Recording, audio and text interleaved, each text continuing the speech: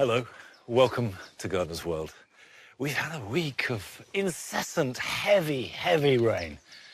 But it's been warm. The wet and the warmth has made everything just rush away. The beans have reached the top of the poles, lettuces are bolting, the chard is ready. It's wonderful. I'm really pleased to see the arrival of the purple podded peas, these lovely, deep purple, almost chocolatey pods. And very quickly, the peas themselves will be swelling and we'll be harvesting and eating those.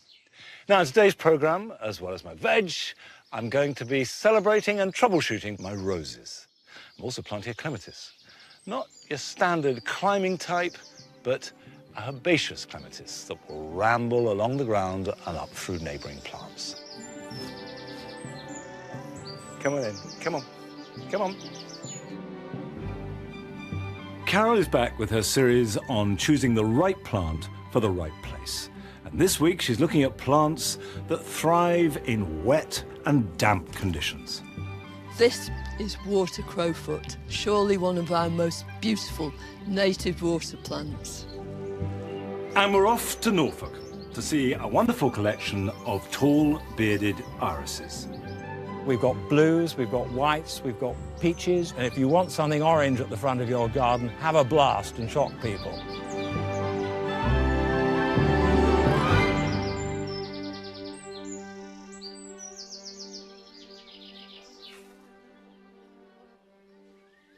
The clematis have been fabulous this year. Well, last year too, and it's because we've had wet winters.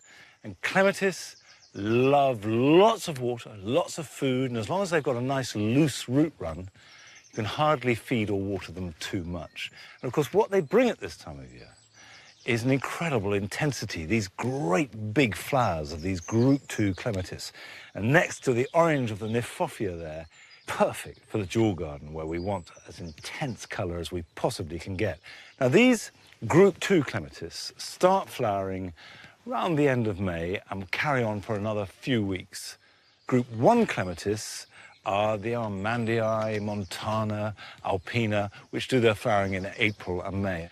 However, if it flowers in July, you have a different type of clematis altogether.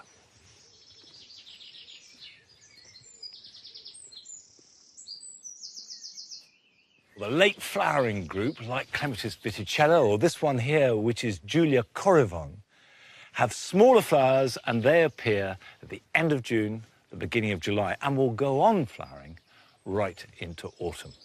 So we're now at that point where the large flowering group and the later small flowering ones briefly pass like ships in the night. But there is yet another type of clematis which I'm going to plant.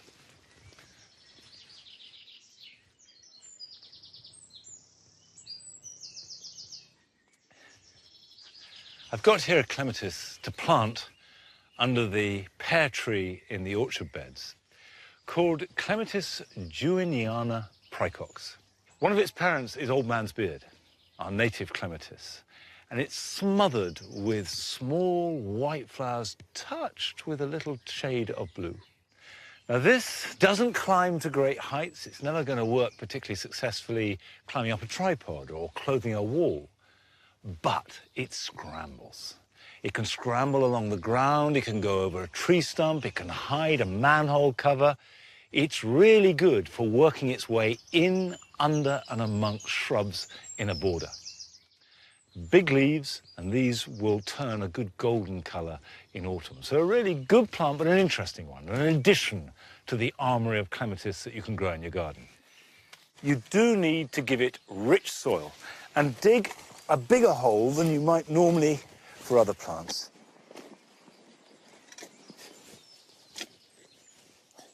And you can see we've got quite a deep pot. Clematis roots grow good and deep, so you need a deep hole. And in the bottom of the hole, I'm going to add some compost. And I've added biochar to the compost too. And this is really, as much as anything else, to retain moisture and create a nice open root run. So we're going to put that in the bottom. Take that out. Typically yellow clematis roots, but a good root system. there like that, and then the soil back in. And with all clematis, give them a really good soak. A bucket of water when you plant it. And if it's at all dry, and bearing in mind this is under a tree, it is going to get dry quite quickly. For the first year or so, give it another bucket of water every few weeks. Don't let it dry out. Now, although clematis do need plenty of water, they won't thrive in boggy conditions. However, there are plants that have adapted to grow only in bogs or in running water or even in a pond or a lake. And Carol has been to discover the very best of them. For any plant to thrive and flourish in our gardens, it needs the right conditions. A happy plant is the right plant growing in the right place. There's one place in our garden that needs a unique type of plant, and that place is water. Whether it's a crashing waterfall, a bubbling stream or a tranquil mill pond, water brings a magical dimension to any space. This is water crowfoot, surely one of our most beautiful native water plants. It has very fine roots. They're just there as anchors to stop the whole thing drifting away. It gathers its food and its oxygen through its stems and its leaves. If you look at these stems, they're completely floppy. It's got no structure at all because it derives all its support from the water, and they can wave around in that water however fast it's moving. And the only bits of the plant which is above the water are these beautiful white flowers, held on what are stiff stems, unlike the rest of the plant. They've got to hold those flowers up so that any pollinating insect that's passing by can stop, do its work, the plant can set seed, and the water carries that seed right down the stream, making bigger and bigger colonies.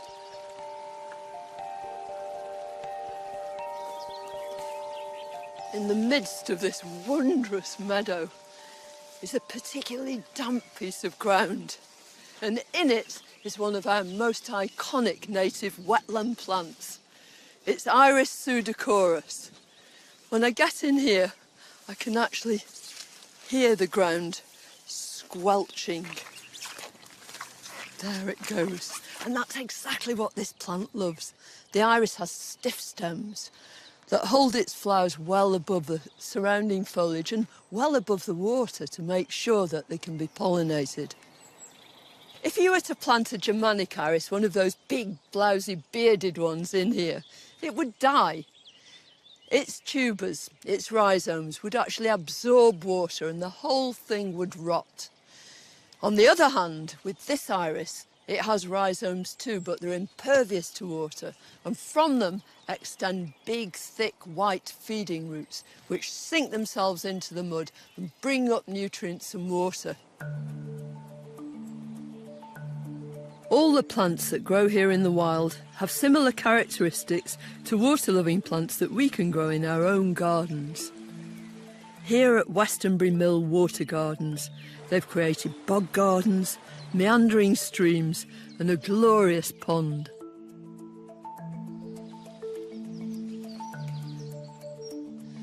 This beautiful area is divided into small, shallow ponds.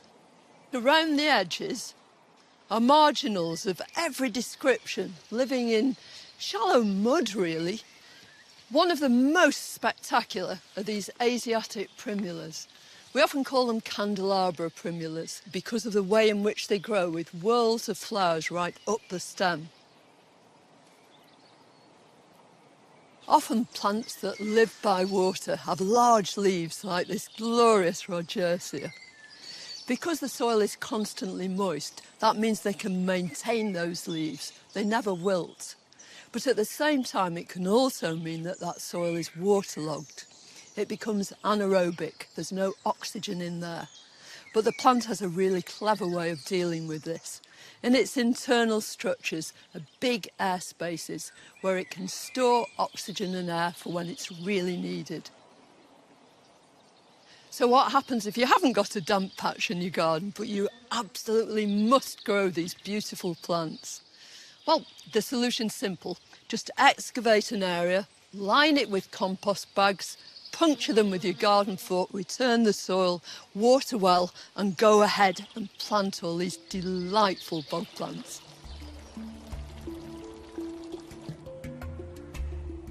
The leaves of some plants float on the water. The classic example is the water lily. Its leaves have air chambers, providing buoyancy. They're big, taking advantage of full sun. Buds are formed underwater, but push up to the surface where the petals open into the beautiful flowers we all recognise.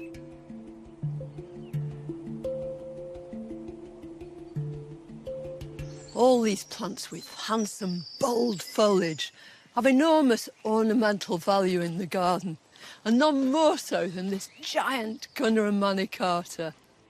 And it, like all these wonderful water plants we've seen today, are brilliant examples of the right plant in the right place.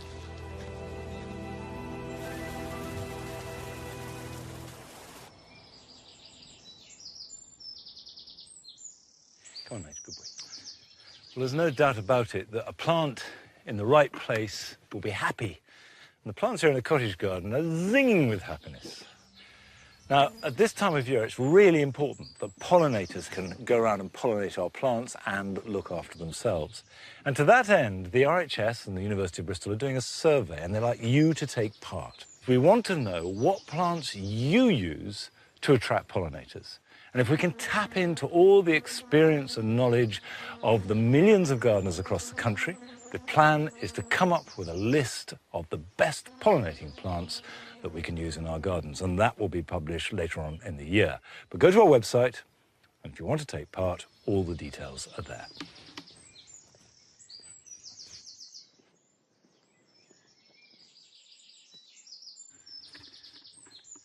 The roses in the cottage garden are really taking hold. Now, this is a new thing. This was a vegetable garden only 4 years ago, and some of the first shrubs to be planted were these two beds.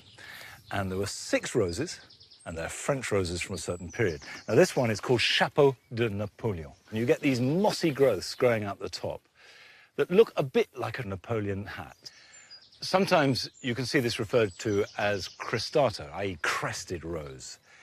And it's got beautiful pink flowers. Now, in the rain that we've had, a lot of these are rotting, and you can see that the outer petals rot, and the thing never really properly develops. And sometimes it can look pretty bad, but if you keep deadheading, you still get a really good display. It doesn't affect the flowers that haven't yet opened. However, there are certain varieties that suffer more than others. And here is one called Souvenir de Malmaison. Absolutely lovely flower given the right conditions, and it doesn't like it too wet.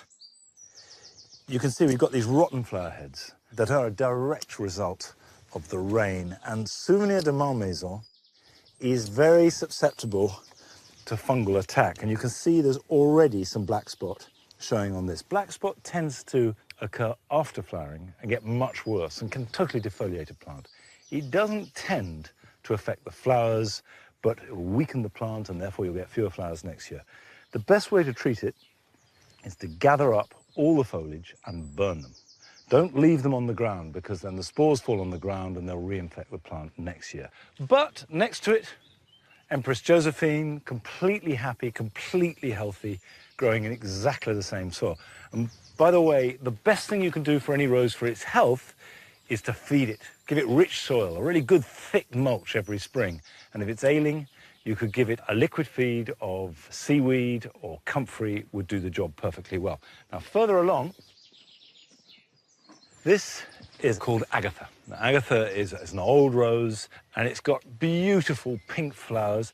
Now, all these roses flower once. They're not going to give you endless colour throughout the year. This is like Christmas, it's like your birthday.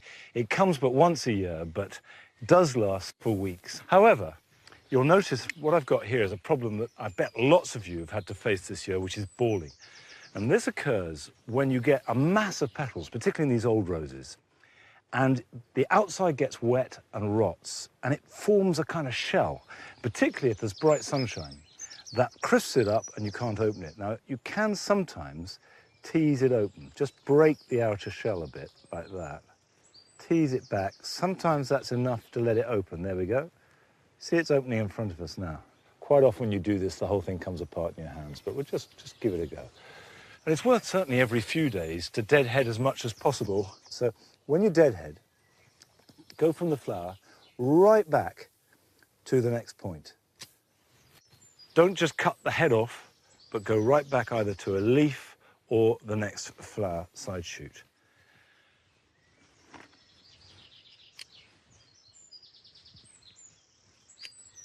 There's a damask grows here, and this is called chasmlick. And what I love about it is that it makes brilliant potpourri. So these ancient plants being used throughout history, and here they are in our gardens.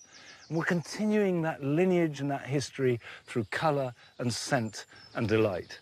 And last but not least, an alba called Cuisse de Nymphe, or the Victorians called it Maiden's Blush, which magically manages to both sanitize it and make it seem a bit rude. What's she blushing about? We don't know. But it is the most beautiful rose. Wonderful fragrance, beautiful clear pink flower, this glaucous leaf, and like all albas, really healthy. Now, it's possible, but remote, that you don't grow roses, and you won't have to deadhead them, but here are some other things to do this weekend. It's very common at this time of year for broad beans to be attacked by black fly. But you can cure this and prevent it happening by cutting off the tops of each plant. This deprives the fly of succulent, fresh growth without in any way harming your harvest of beans. Warm, wet weather makes brick and stone paths very slippery, particularly if they're in shade. A good way of dealing with this without using chemicals is to get some sharp sand and brush it thoroughly into the surface. This absorbs moisture and acts as a scourer, removing the algae which is making the paths slippery.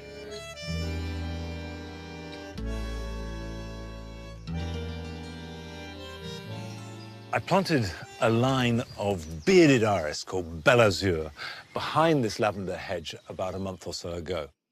Bearded iris do need dividing every few years. These are too small. We'll wait a little while. But I have got one that is absolutely perfect for division down here in a pot. This is an intermediate bearded iris, unknown, came from a garden, and the friend who has provided it for me inherited it. Lovely, rich purple flowers. And you can see if I lift this up, and this is part of a clump, you've got a clump of lots of foliage, you've got one flower stem, and quite a few rhizomes. And the rhizomes are these bits here that look like a pink fir apple potato, and the roots are hanging down. And the idea is to break up so that you've got at least one of these growing points attached to a rhizome. And if I put it out onto the table, you can see I've got in there, this wants to come away. So I'm actually just going to pull that gently away with as much root as I can. There we go. So I've got the rhizome there, root down below, and some foliage. I plant that at that level. So the rhizome is sitting on top of the soil, and the roots are down in the soil with really good drainage and maximum sunshine. The hotter and the sunnier, the better it will flower. And what you can do to help it get established is just cut it across like that, and that will do two things. One, it will relieve the stress on the roots because there's less foliage, and two, it will stop it acting like a sail, and until it gets new roots and gets established, it's less likely to blow over.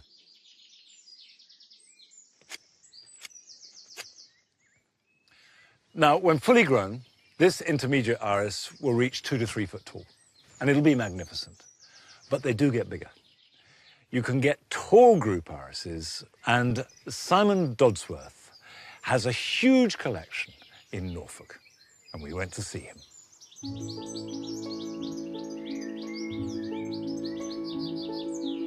tall bearded irises, as their names would suggest, are irises that really are tall. These are 35 inches to 45 inches high. It has a beard, as distinct from other irises which don't have beards.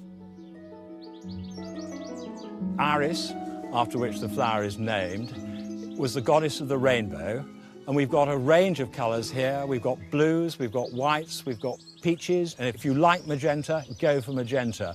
If you want something orange at the front of your garden, have a blast and shock people. Irises have an amazing perfume, which you notice, particularly in the evenings, when it's nice and hot and warm. We've got lemons, we've got passion fruit, we've got loads of others, even some sort of really terrific chocolatey smell. Between the middle of May and the middle of June, you have something sensational in your garden.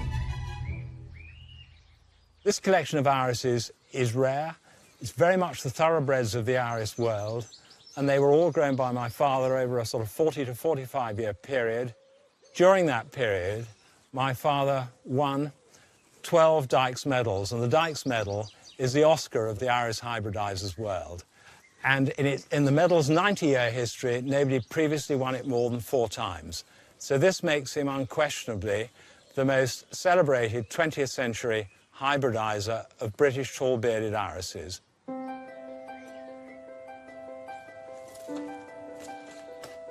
This is a picture of my old man in his iris garden. Really nice, actually. He looks relaxed on a hot summer's day.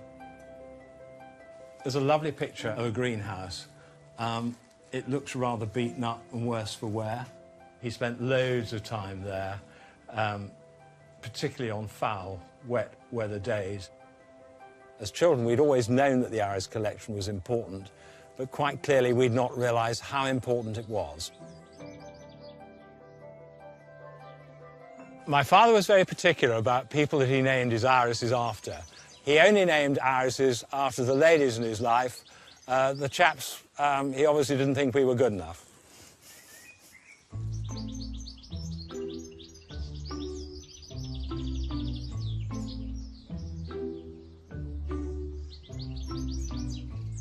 This is Eileen Louise, named after my father's mother, my grandmother, somebody he was really fond of. Really special iris. It's got everything that a perfect iris should have. Just look at it. It's got a crown flower and 2 flowers flowering on 2 branches that are evenly spaced down the stem. That allows the flowers to flower openly, away from the stem, and to be seen as individuals. He wanted you to enjoy each flower. That was the whole ethos behind my father's hybridizing program. It's got terrific toughness, substance to the petals. It's a cracker. Over his 45 years, he produced close on 40 to 50,000 seedlings, and yet he only registered 50 varieties. This means that actually he was a real stickler for perfection. The irises have got to be just right. They've got to have this form and they've got to have the structure.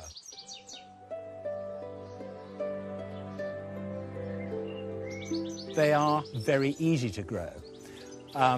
They are hugely tolerant of extremes of heat and extremes of cold. Relatively few pests, but basically they are hardy, they're tough, and they're very difficult to kill.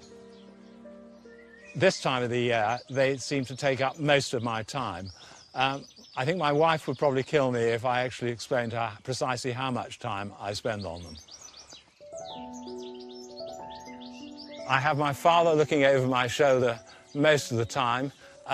He's observing whether or not I'm looking after his irises appropriately, whether they're presented properly, and whether or not they're getting the care and attention they deserve. It's an extraordinary thing. I feel very privileged to have been presented with the challenge of taking this legacy on. We've got this extraordinary collection. My father was still hybridizing actively into his 80s and producing fabulous things. At a time when many people are looking back in their lives, he was constantly looking forwards, and he had something to look forward to. That's what's really good about gardeners. That's a lesson I'll learn, and I've learned from him, and it's something I will cherish.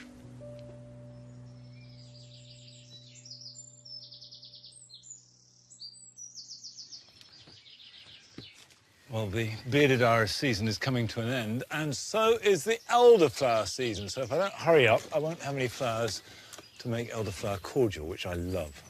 And it's really easy to make. And I guess if you live in the south, you haven't got any left, and if you live north of, say, Manchester, you'll have weeks of this left. And this is the wild elder, Sambucus nigra. Now, I've got enough here to steep and soak and make some cordial.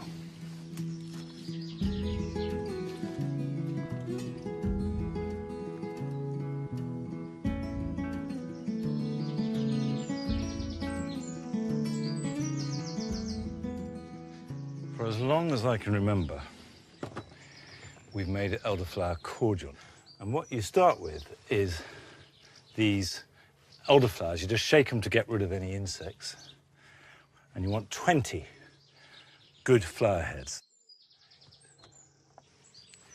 And what we're essentially making is a syrup. And we're going to soak that. But first we want to add some lemon. And you grate the zest of 6 unwaxed lemons. And it's important they're unwaxed because you're going to grate them in. I don't quite know why I've chosen to use this tiny little grater. But there you go. I thought it was rather sweet. In fact, it would have been much easier to use a bigger one. Elderflower cordial is one of the most refreshing drinks I think you can have on a hot day. Then when you've done that, slice the lemons up and add them to the mixture. Now you also need to add 50 grams of citric acid. And then last but not least, sugar. 1.8 kilos of sugar. And then finally, add 1.5 litres of boiling water. Stir the mixture till the sugar has dissolved, and then leave it for at least 24 hours. Cover it with a cloth, just to keep any insects out. Put it somewhere cool, and then you need to decant it. It'll keep for about 3 months in sealed bottles, but you can freeze it. And one tip that we do is to freeze it in ice cubes. And you take out 1 cube of elderflower cordial. And remember, this is very intense.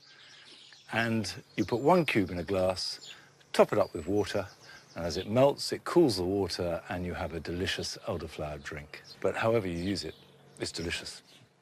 That's it for today. I'll be back next week at Longmeadow. But until then, bye-bye. Come on, Nigel.